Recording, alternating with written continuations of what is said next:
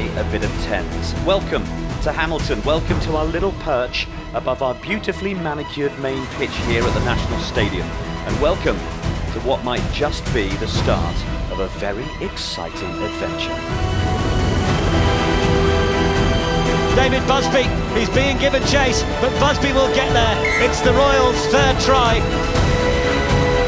There's as much pace as there is physicality.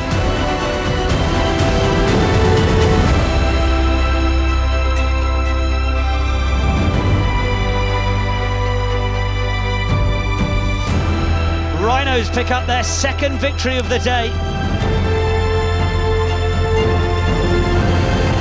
Looks to try and scamper through that gap around the far side. Is he going to go all the way to the corner? He's given chase, but he looks to be in.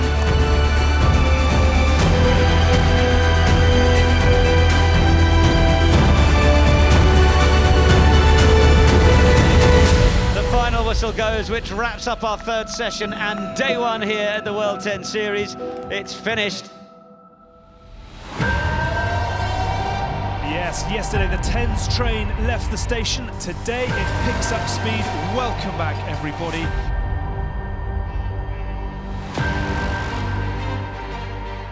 It is the start of day two of our inaugural World 10 Series.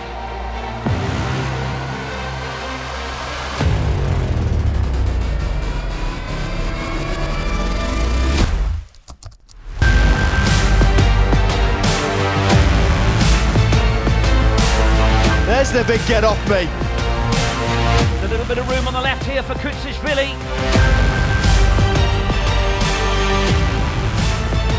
The Rhinos against the London Royals will conclude round one.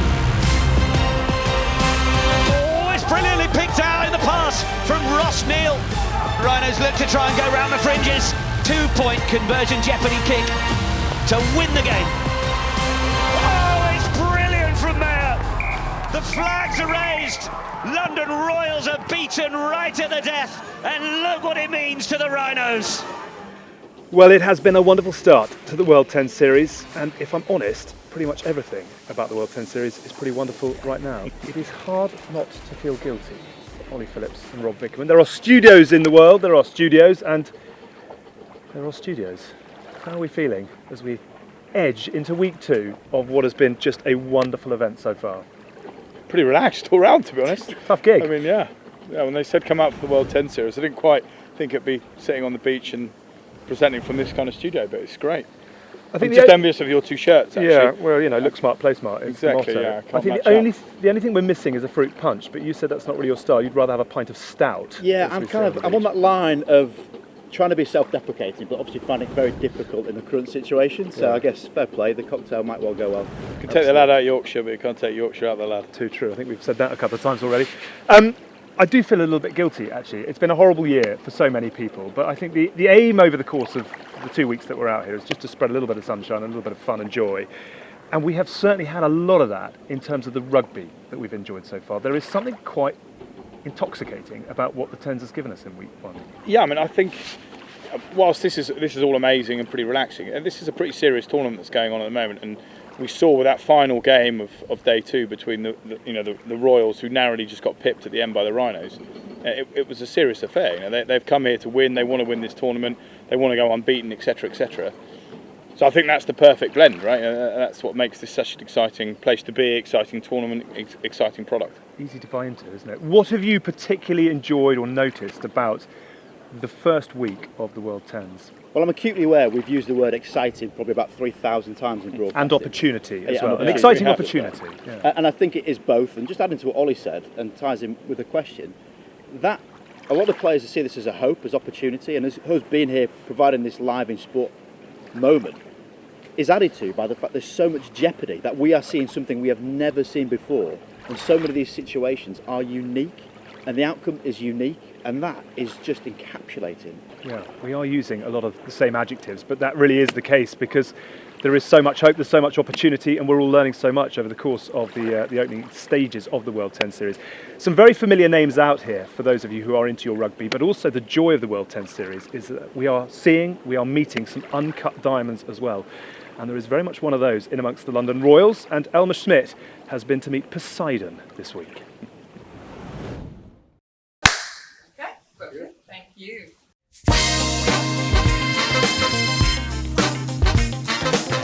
My name is Colin Hughes. I'm 30 years old. I'm from Birmingham, Alabama, and I currently reside in Atlanta, Georgia.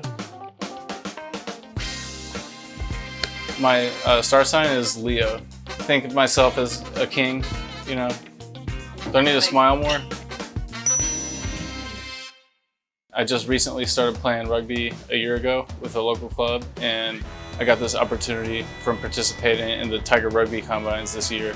So a combine is an event that is a series of tests to gauge your physical and technical preparedness to participate in the sport. So the first half of the combine consists of different drills and tests to gauge your explosiveness, speed, endurance, and conditioning. And then the second half of the combine involves more technical skills, rugby skills, passing, catching, 2-on-3 situations, 1-on-1 situations, and then some scrimmages. And I was lucky to have some really great coaches at the Tiger Rugby Combines, and it was a great experience.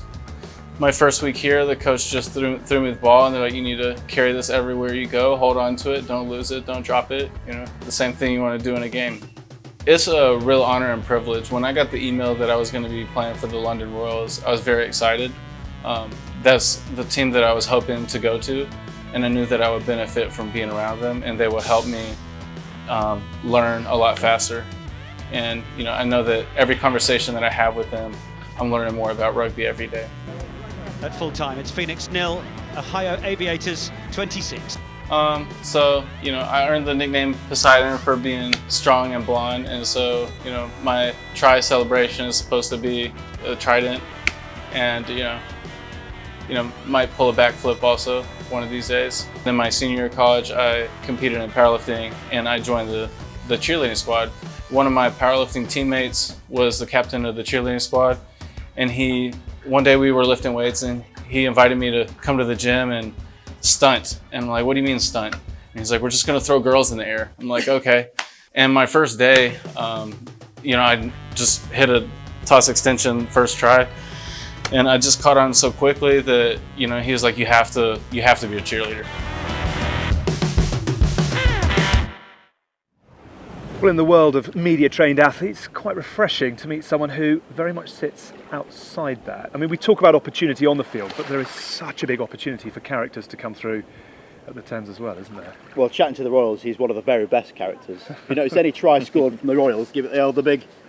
Yes. That's an ode to Colin Hughes, Poseidon. A bit of a culture clash actually, because he's rooming with Rich de Carpentier, who is basically the most northern of northern people from England. More so than you? More so than me, yeah. I give him that accolade. And came out the bathroom and Colin was like, man, you guys, it's crazy. What is this toothpaste? It's horrible. And Rich de Carpentier turns to him and goes, toothpaste, pal? That's my hair gel. As he's wiping it away from his gob. So yeah, a little bit of an interesting clash amongst the crew. I mean, there isn't really a lot to follow on from that, really, except for the fact his teeth aren't going anywhere in a hurry. Well, let's just hope he's better at rugby than he is at product decision making or whatever else. Shopping. Lots more to come as we uncover the characters that are making this a lot of fun at the moment. But let's pick up again with Elma and Nick Heath, who've been touching on some of the hot topics out here in Bermuda. Well, we have had a very busy time here on the island. A lot of action on the pitch with this whole new conversion jeopardy thing. Let's just reset that for anyone who missed round one. Yes, Ohio everybody, nice to have you here.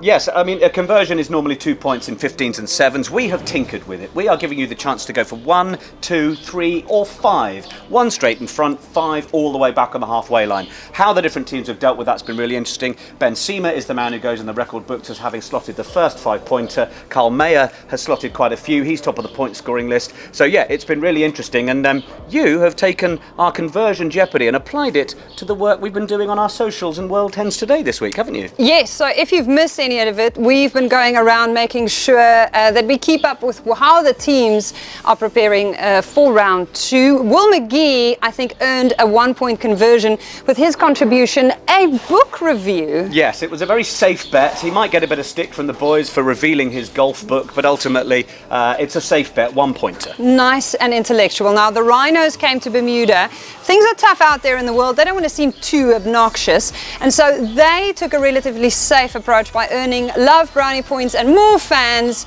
for cleaning a beach. Yes, they cleaned a beach. Worthy as well as athletic. It's a safe 2 points. And then I think taking it right to the sideline, getting in touch in ways that, well, no other team has. The Miami Sun shot a little MTV Cribs contribution for us that, yeah, was right on the edge, let's say. Make sure you check that out on World 10 today. It's on Instagram, World 10 series. That, yes, was a probably safe 3 points, but there was some edge to it. There was some risk. Number 5, the 5-point conversion. This one has to go to Colin Hughes. He's a former cheerleader. He figured there was enough cheerleader in him for me and him, and so he raised me up onto his shoulders. He raised her up. And that is where we leave our social media roundup for this week. Make sure that you keep following, keep telling us what you'd like to see. The players are certainly getting stuck in taking some risks on a camera just for your benefit. Yes, World 10s today is available on your Twitters, Instagram, Facebooks and YouTubes. Thanks, Nick. Thanks, Elma. And if you are into self-flagellation, have a little look at the Instagram accounts of some of the players that are out here. You're going to get a complete tour of Bermuda. Might be a little tough to take if you're sitting in the rain right now, but yeah, it's 2020, isn't it? Might have to Google self-flagellation first. Okay. Hopefully it's acceptable, I don't know. We've used it, we'll roll with it, let's keep going. It is interesting though, the social media angle of all of this, and it is the playground. It's where the kids hang out. What all do you know about that necessarily? But it's been very interesting to track and to watch how well Tens relates to where a lot of the youth, I suppose, at the moment are hanging out. And I mean, I wonder if that is a factor, it's a consideration, it's something that really needs to be built into the product as this grows. I think you're looking at one of the most picturesque places to do it as well, and that's certainly what this series is talking about, going to places that aren't always your hotbeds of rugby, that people will explore. I mean, never before have these players been given a situation to base themselves and be able to explore. I mean, they got here and they give them mopeds. You know, You're pretty much saying to them, we want you to explore. And the one thing that does frustrate me a little bit when players do get a chance to go and see these amazing series events or whatever, they don't truly see it. Yeah. They're very cocooned in their training and their rehab. So it's good to get them out and about, I think. We've touched on it in the live shows about whether what we've got here is something that the Americans are going to tap into. But characters, short, sharp, we're beginning to see special teams emerging in what these sides are putting out as well. I mean, do you feel the product is just beginning to generate a bit of momentum in that American market? The whole special teams concept, whereby you can have somebody roll on for 3 seconds to kick the 5 points to win the game. You can bring on the massive mutants to try and drive over the line out to try and win the game. All these various different tactics that can be deployed that are very niche, very specialist, that can be in that 30-second split screen time, appealing to the predominantly the US market, but also you mentioned the youth, the consumer now. The consumer wants stuff short, sharp, 30 seconds, give it to me fast. I want to see entertainment, and that's what the World 10 Series is doing. I'm going to ask the Northerner in the UK this one. How much league influence have you seen out here? Or how much league influence can you see growing in Tens? I think it's a huge, huge area, and I realise that the US market will be like, well, we don't really understand much about rugby union. What the hell is rugby league? Played along an M62 corridor in England and pretty much Australia. So I think it's one of these products that does sit perfectly, and I said this all along with sevens. If you look at the core fundamentals of sevens, of tens, it's a skill-based game, and they are the most skillful rugby players on the planet. So tap into that market. The Australians will be watching this thinking, I want a piece of that action, and that's exactly what we want to be having conversations about. Listen, well done guys. Busy first half of the show. We're going to take a break now. One of the wonderful things about the World 10 Series is it is able to unlock doors that other tournaments can't, and when we return we're going behind the scenes at, well, just let's say pure luxury.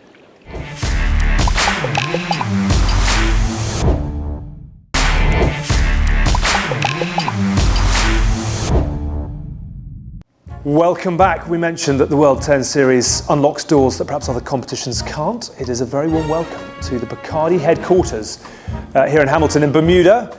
It's a pretty swish place to have an afternoon drink, isn't it? Ben Seamer, Carl Mayer, thank you for coming to have a chat with us. Ollie's tagged along for the ride. No surprise there. I heard there was Patron keeping around at Bacardi HQ. Had to be here with you, Payne. Bacardi, they say, is all about doing what moves you. How's the last week been for you in terms of life experience, Ben? No, it's been great. I mean, after the weekend, there hasn't been that much moving, but being in Bermuda and being able to have the opportunity to play rugby is just something that you can't pass up right now, especially obviously in a tropical paradise. Pretty good, isn't it? You are now the answer to every pub question that will concern the World 10 Series moving forwards, which was who kicked the first ever 5-pointer. Talk us through it. Talk us through Conversion Jeopardy and how you guys have approached it, and what it was like to land the first. Yeah, so I mean, coming into this, I had no idea what the rules were going to be. I had never played tens before, but the kicking Jeopardy was something that was definitely something interesting to me, and definitely something new. That first kick, the first 5-pointer that I made was kind of interesting because I ran on with my headgear and my mouth guard, kicked a kick, and then immediately got subbed off. So I mean, very NFL. Yeah, exactly. All the gear, you're ready. You're ready for any eventuality. Yeah, exactly. I mean, just in case anything happened. Carl, nice to see you two, and well done to the Rhinos, who were the story of round one. Did you hit the marks you were expecting, or did you even surprise yourself how well it went? We were just like, we want to come to this competition, make the most of it, and the mindset was always to win, but we were just going to take it stride by stride, game by game, and it worked out for us in round one. So you did, particularly in that final game against the Royals. 2 points, easy or nervous? I mean, where were you with lining it up and knocking it through in the wind? Let's just contextualise this as well. Yeah, okay. You good point next time. Wind in his face, right hand side, right pegs. 20 minutes of hard graft already under the belt. Sheeting down with rain, all the rest of it. I mean, basically it's the decision, do you want a penalty shootout or just go home early and take the 2 points? If you miss it, it's done. Or two. Were you tempted to take the one and then play the penalty shootout? I was always going for two. You was going for two. I was always going. I didn't. No guts, no glory, Payne. Come on. I didn't even know that there was going to be a shootout. If we got, I thought that might have been towards semi-final, final rounds to decide. I didn't know that was a thing until Coach came on with the team. Is like 1 point gives you the option to do a penalty shootout. And I was like, Coach, I'm going to win this thing. I'm going to take it for two. And he was like, I back you, and the team backed me, and I did my part. London Royals are beaten right at the death, and look what it means to the Rhinos. Actually, I want to ask you guys, because you two are basically the boomers. As Alex likes to call it, the gun boots, or as I like to say, you both have never missed leg day. Okay? And you're clearly massive units sitting next to you. I'm delighted I don't play rugby anymore. But what was the sort of thought process coming into this? Two kickers. This concept of Conversion Jeopardy, what did you make of it? And as you sort of figured out, were you always a 5-pointer, or were you sort of thinking about the 2 and the 3? Just talk us through some of your thoughts around that concept. It was really interesting. I loved it. I was like, okay, well, if I can get 5 points from the halfway, I'll without a doubt take it. But initially, I thought it was drop kicks. So leading up until the first game, we were just doing drop kicks from all the Jeopardy points. And then we got told the day before the tournament, you could actually use your tee. And I was like, thank goodness I bought it. Yeah. So you made yourself look even better, right? You had no practice whatsoever. Yeah. Then when you boys from the Aviators played against the Royals, it was the big boot that basically changed that whole dynamic for that game. What was for you the strategy of using it? Are you always just going for the 5, or were you sort of? Well, I mean, against the Royals, it's interesting, the Jeopardy, just because going up in the half, 10 points up, kind of changes the dynamic and the mentality of the other team, because now they're like, oh, well, we have to either try for a 5-pointer or we have to try to score 2 tries and sort something out. But it is interesting. I think it adds a new dynamic to the game that is an extra wrinkle that kind of makes it unique. So obviously we're here in Bacardi headquarters, as we said, and we're going to have a little sip of Patron. But apparently Patron makes everything better. So you've actually got a bad ankle, so we're hoping that Patron will sort that out. Yeah, I'm sure it'll get me feeling nice and warm. Very warm welcome to Berlin. You're going to take us through what looks an incredible selection. We're in your hands. Well, thank you guys, and welcome to the Patron room. And now you're going to try some of the world's best tequila.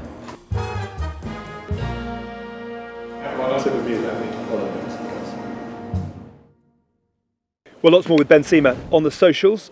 Do get back to @World10s on Twitter and @World10Series on the Instagram. And I suppose one of the other things that we have to talk about is the potential locations that this series wants to visit. And we cannot wait to share all of this with the supporters. That's the big thing, isn't it? Because we're talking about it here during the pandemic and what's going on globally. I think when you start emphasising the fact that it can be a spectator sport and lovely to be here as well, I think that's when it really becomes that all-in package. And the other thing is that you've got to realise when we watch these players who we revere around the world, we only really ever see 0.1% of their week when they're on the field playing. And if you have happy players off the pitch, you're going to get more commitment, more enthusiasm, a better product at the end of it. So I absolutely agree with the holistic development. And more content and greater characters, which the game needs right now. Exactly that. Well, while Ollie and I were slicing and dicing our way around Bermuda's finest golf course yesterday, one of us had to do a little bit of work, so Rob was in the analysis booth, and here's what he spotted from the opening weekend.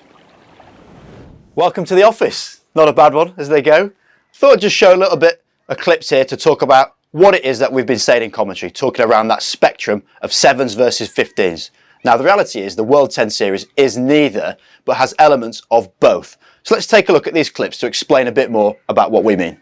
So this first clip, you see Tom Mitchell loving to get control of the ball. Now, as you see countless times on the World 7 Series, he sees the space in behind, puts the chip in, and benefits his teammate Tom Bowen.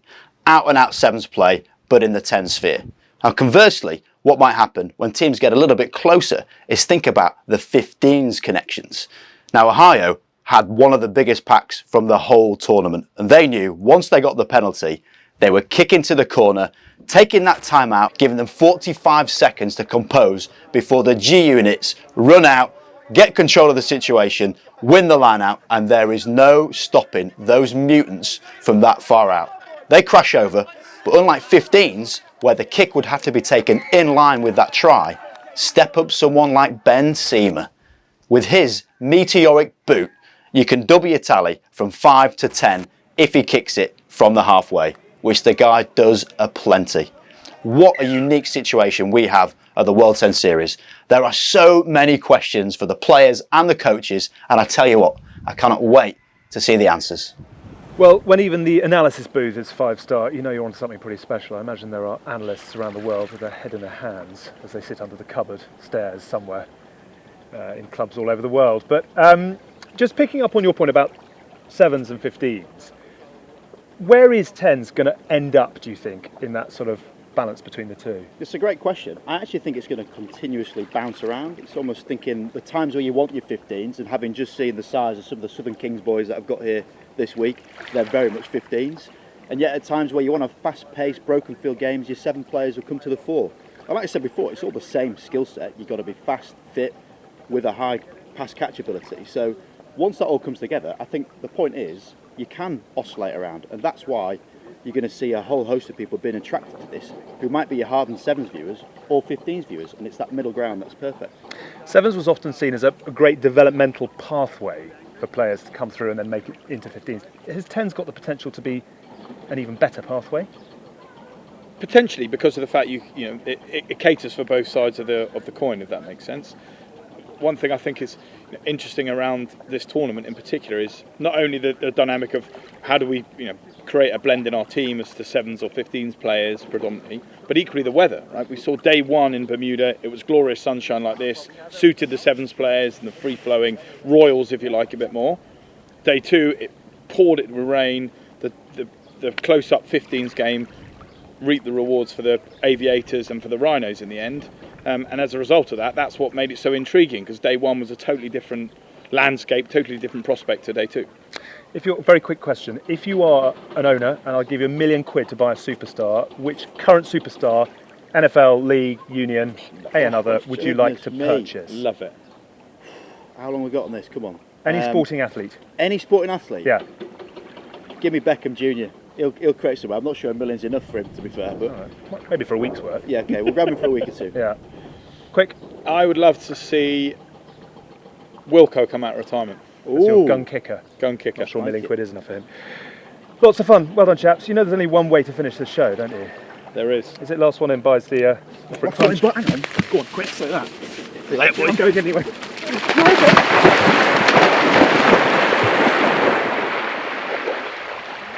The Northerner, where is he? Not around. You didn't mention drinks. What? I got him clothes.